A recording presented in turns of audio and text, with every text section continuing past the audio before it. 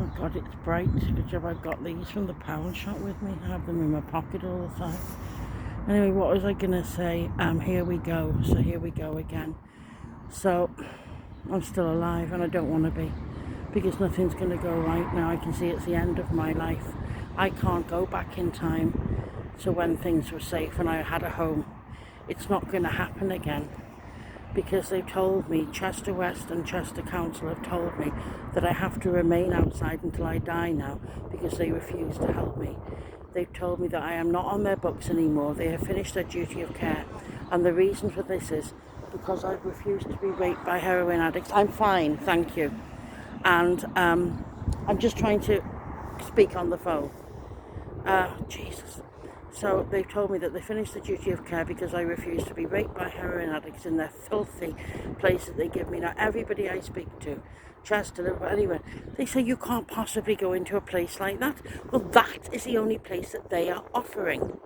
It was a garden shed. It was at the back of that terrible B&B in Hoole Road, Hoole. Everybody knows it. It's called the Dean. It's got a terrible name. Well, that's all they offered me, was that.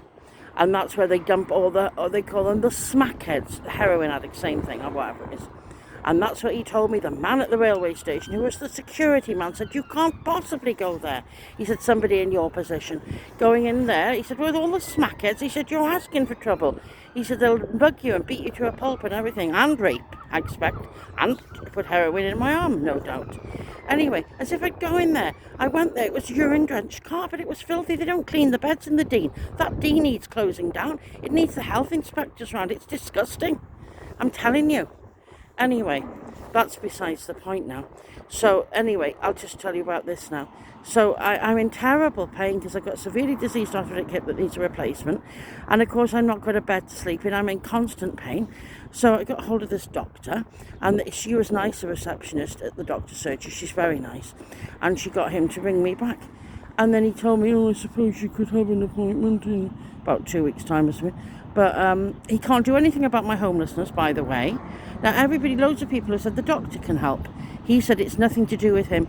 All he can deal with is my physical problems, and that's it. And then he said, remember to wear a mask when you come in.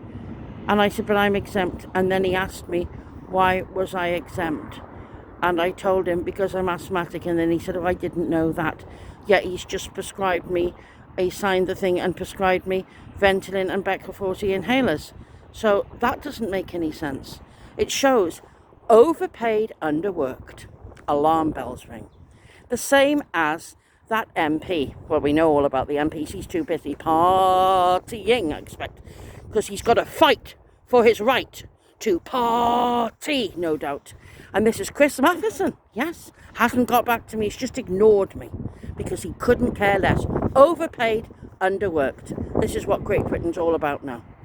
And then it's not some of the NHS. The NHS, the nurses, so they're the other way around. They're bloody cleaning up shit, bedpans, vomit, having to deal with terrible things and not getting paid a pittance. And yet you've got these other people, like a GP, who's doing absolutely nothing, just eating donuts and coffee and just writing prescriptions, and they don't care or have a clue about anybody. And this is what you're up against. You're lucky if you get a GP that you like, who cares about you.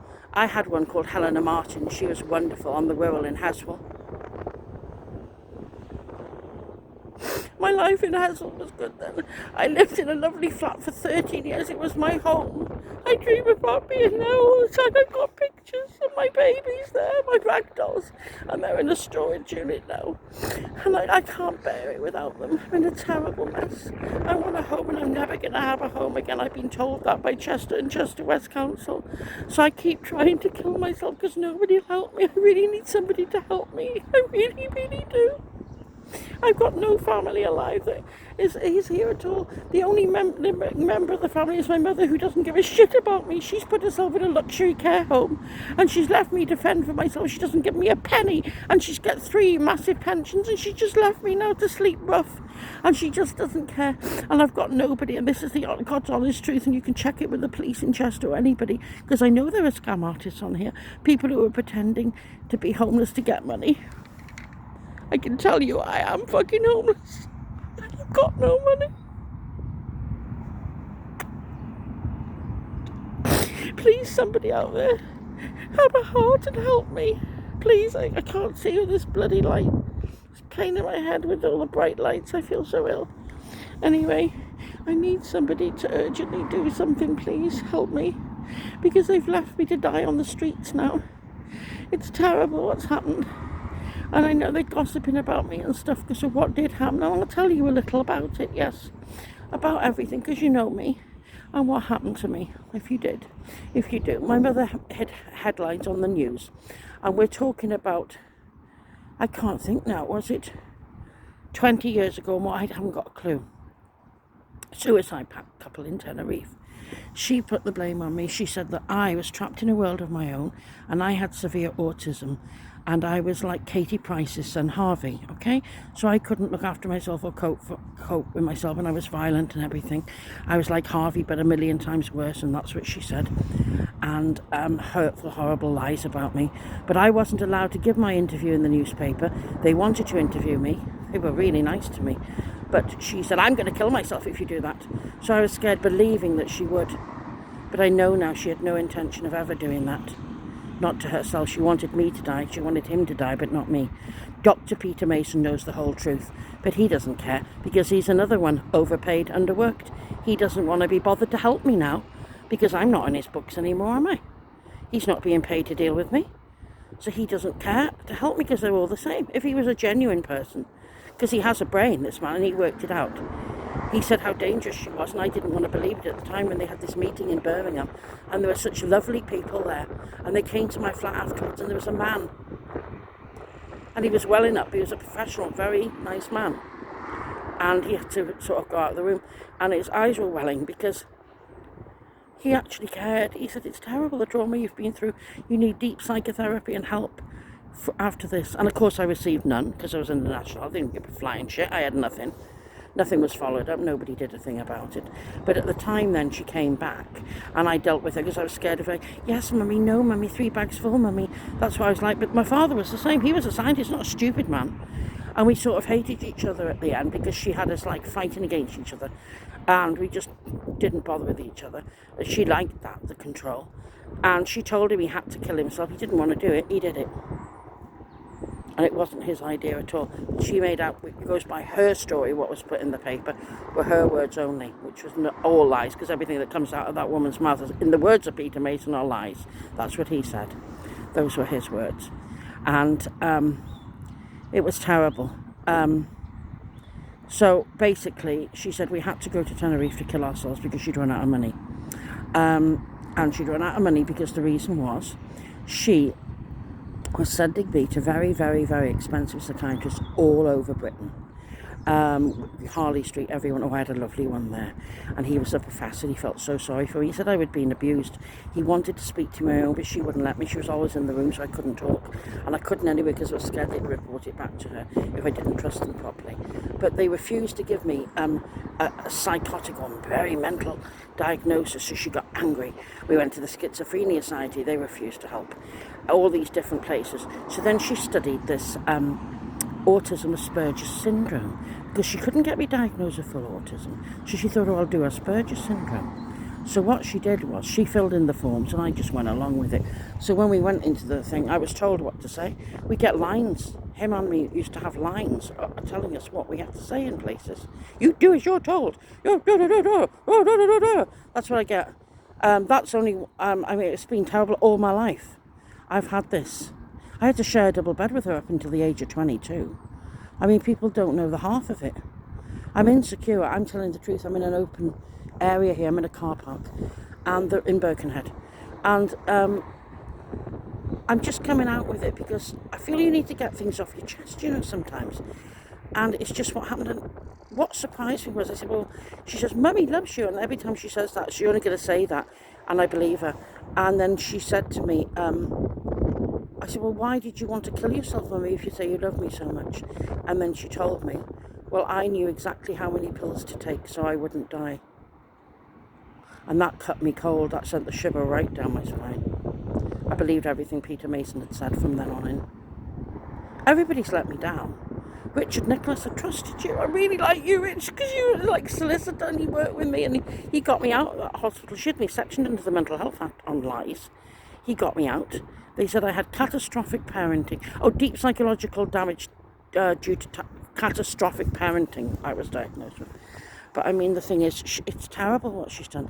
She likes to make up stories to people because she's got Munchausen's by proxy to say that my daughter's not well at all, she's mentally ill. But the worrying thing is what happened to me when I was 10. And I'm wondering whether that's got something to do with my hip now. And that's what's worrying me. It's very worrying. I'm the ME. And that's why I'm too ill and unable to work. There was a film on the TV, not on the TV, in a cinema, on TV it comes on as well, Bruce Willis. And it's about a little boy, and he's the ghost, isn't he, in it? It's that film, and I can't even remember what it's called now, but you know the one I mean. And Toni Collette, I think, is in it too, the Australian one, and is his mother. And he sees dead people, and the little girl in it brought back. She was just like me when I was 10. When I swallowed the medicine and I had this pain here and I had all my lips swollen up and I was off school for 10 months and down my throat and the doctor didn't know what it was, as if she said, as if she's being poisoned or something. Strange, because everything was normal on the tests and I didn't want to go to hospital. My mother wanted me to go to hospital and then she'd give me this medicine and the burning pain would be bad. And then after so many months of this, it stopped suddenly. I didn't have the medicine given me anymore. But I might be wrong on that. I can't be 100% sure. But I've had strong people suggesting this and everything. And after seeing that film, it sent the shivers down my spine. And so everything Peter Mason said was true. But now he doesn't, if he came forward and put it in a paper, I'd be very grateful and we could come forward, because I need the bloody money, honestly. I'm telling the honest truth. Everything I say, I'll just come out with the bloody honest truth, because I'm honest, and it's best to be honest. Why lie? It can make you ill. It's best to be honest, so I'm just saying what's happened to me, and I don't hide anything, because I shouldn't be ashamed. I'm not, I might be a product of my parents' mistakes, as they say, but I mean, he made a big mistake by doing everything she said and not getting her section. That's what it should have been. He should have come out with the truth, gone in confidence. He was petrified. We were petrified of her. He was completely controlled by her. He was a puppet. Nothing he said was his own words. We have to kill ourselves. And we're going to Tenerife. We're going to kill ourselves. And I said, well, I'm not doing it. And he told me to save myself. And I said, I'm not going. Don't you dare tell the police just when we go. Don't you dare. The first thing I did was went to the police to try and stop it happening. And they didn't believe me. Because it sounded so bizarre when I told them that. They just thought I was a nutcase. Because they'd heard things which her saying I was insane and I was retarded and I had this severe form of autism where I'm trapped in a world of my own and I can't communicate with people. The sun's gone down a bit now, so I can come out a bit now. It's freezing out here, but the sun is bright. I get pain in my head if I look at bright light, it's terrible. Anyway, oh God, my legs are killing. I'm so cold. I don't know how much more I can carry on like this. Just wish it'd come to an end. But I feel coming out with the truth. I get these dreams. When I'm on the bus, I'm not sleeping because I stay up every night outside. But when I'm on the bus, I get off for like an hour or so sometimes and I dream. And I've had these dreams and about all this, about everything. And I want it to come out. I just wish I'd had the opportunity of help, but no help was given to me as usual. It's me, isn't it? They didn't give me any help. But Chester West Council have been disgusting. But I think it's not just me. I thought they had a vendetta because of what she'd done, and they didn't like me, and they took it out on me. They called me the spoiled brat because of what she's created and everything.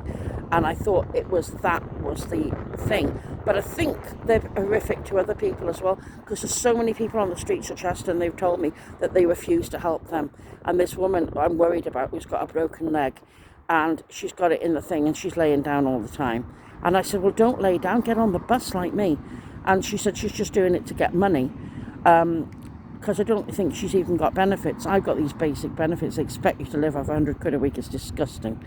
And I can't take much more of this. I really can't. Because what do? You just pay for your bloody bus ticket. Then you try and get something like chips or something else to fill you up. Or burger and chips or fish and chips, 1 meal a day. And then any bits you need, like baby wipes, hand sanitizer gel to keep yourself clean, and gloves. when you're doing turd releasement outside, to be honest with you, in fields. I can't go anywhere else, can I? If I want to go in the middle of the night in a field, where can I go? I have to go in a field. I don't like public toilets anyway, I'm scared of them. But I like only when they cleaned it for you, when it's fresh. Like in a hotel when it's your room when they cleaned it for you. Or, you know what I mean. Because I've got severe OCD. So what they've done to me is catastrophically cruel. And I've heard of other people in other places, and they said, what they've done is absolutely disgusting. Because that Beverly was wicked with what she did. She tells me they got me a brand new flat. That's cruel when I've got OCD. And she promised me, that's wicked. And said it was for me and all this. And then it turns out it's not. It's somebody, they gave it away to somebody else because they found out they didn't want to give it to me. You see, they hate me. So they thought they'd give it to somebody else to spite me, trying to make me suffer all the time, trying to punish me all the time. And I think a lot of it's got to do with the damage that my mother's done. I think if I'd just been without all this, she broke the bloody news headlines. It was on 1 or 2 nights on the front cover of the newspapers at the time. The Pope had died or something had happened. And I think Kylie had gone down with cancer. And they didn't get the front cover. They got the inside. And she was on the front. She loved it. And there was one woman at the time, a social worker came, and she said, she noted something. She said to me, it says your mother shows no remorse at her husband's death. And she said, lots of people are noticing a lot of things. Why don't you go and put your side in the paper? Because they wanted you to. And I said, I can't, because she's threatened to kill herself. It'll all be my fault again. Because she made it out that if she kills herself, that's put on me. That's my fault. Everything was put on me as being my fault. So whatever she did was my fault. And that was it, because she used to say everything then was his fault. When he died, she blamed everything on him. And because she won't take any responsibility herself, because that's what Peter Mason said, because she's got Munchausen by proxy, and she just blames everybody else but herself, and yet everything is her fault, not our fault. Because if only he'd done something about it, but he didn't care about me enough. If he cared about me, then he'd have done something. I'm very disappointed with him anyway. It's my grandmother I miss. I love her so much. And if there is life after death, because all these psychic people insist there is, because I'm open-minded, I don't know. Because the way I feel that's fucking it, the way I feel so alone. I've got to kill myself to get to her. Well, she loves that thought of me being dead anyway, because that's her goal, and me being dead. I just wish somebody'd do something to give me a chance in life to help me. I deserve a chance. I've been abused all my life. And I'm coming forward now. It's like people come forward later, don't they? It's not sexual abuse. I've not been beaten up physically at all. And I've not been sexually abused. It's not that. I've had emotional abuse from my mother all my life. And it's not just like being told off. It's terrible. I used to record things, and I used to play them. I can remember even when I was in school, and the parents, I said, oh my God, that's terrible. I can remember that. She shouldn't be talking to you like this. I can remember recording things when she was shouting and things, because she was always shouting and really bad, and it wasn't normal shouting. She was really horrible, and my grandmother loved me so much, she wanted to take me to Wales to live with her, and I wanted that so badly, because she said, you don't like her, she's not good enough for you, she's a lovely little girl. She said, I love her to bits, you see. She said, oh Wendy, please let me have her, let me love her. She said, you can do your own thing then, because she's not good enough for you. You're always complaining about her. She's the sweetest little girl. She said, please let me have her. I'll love her. But she wouldn't let me have her. You're not having her and all this. And I loved my nanny, but she's such a lovely woman she was. Her name was D.P. Uren, Dorothy Phyllis Sheila Uren. If there's any psychics out there, please get a message from her. I need proof. Just say certain things about my babies, my toys that she'll know about, my certain things that she'll know about. And then if you can get me some proof, I know she's there waiting for me. And should I kill myself to go to her? Because she's such a lovely lady. She loved me so much. I was a baby. She couldn't bear to see this now. She couldn't bear this. I can't bear this. I feel so ill, you see. I don't know how I'm still alive. I'm managing it. I don't know how I am. I'm so tired. I haven't slept for months properly. I'm just nodding off on the buses and trains. I get the public transport. I either go on train or bus for the day and travel about the Merseyrail, and then on the train you can go all the way to Southport, sit in a lovely field there and come back, go to Chester, Southport or Liverpool. You have to go through, and I don't get out there, or you get the bus to Liverpool and back. do that a few times, and you get out of Liverpool to stretch your sort of legs, try and get some chips and go back on, and this is how I'm living. And all I want is, I've got my lovely beautiful rag dolls, my babies are in storage, and I want them with me. I just want a cosy little home with them, that's all I want, where I'm safe and nothing horrible like the council offer you, which are dives, where you're surrounded by ASBO people with knives and guns and wanting to rape you and be on heroin and drugs and prostitution and graffiti everywhere. I can't deal with this type of life that they're trying to force me into. But now they're not even offering me that. They've left me to sleep outside permanently. Will somebody please help me? Please. Even if it's just a psychic message to tell me something on here. My email is pinkbabybutton6@gmail.com. Pink the colour, baby. Button like on a coated dress. The number 6@gmail.com. It's not SIX, it's the number 6 like that. @gmail.com. And you can get to me that way. Then I'll give you my phone number if you do that. And then I've got that's fine. And also, nobody has paid me a penny, by the way, but because people are so not very pleasant. But if you could donate anything via PayPal, it's just that again, pinkbabybutton6@gmail. I'd be very grateful, because I'm very, very desperate. You know, I really am desperate. If everybody donated £1, I could get in a hotel. I could sleep somewhere. I'd be off the streets. Anyway, I don't feel very well now. But thank you very much for listening to my video. And please help me if you can. And please suggest anything. And please do something. And please get somebody to care. Please get somebody to care about me. Thank you. Thank you very much.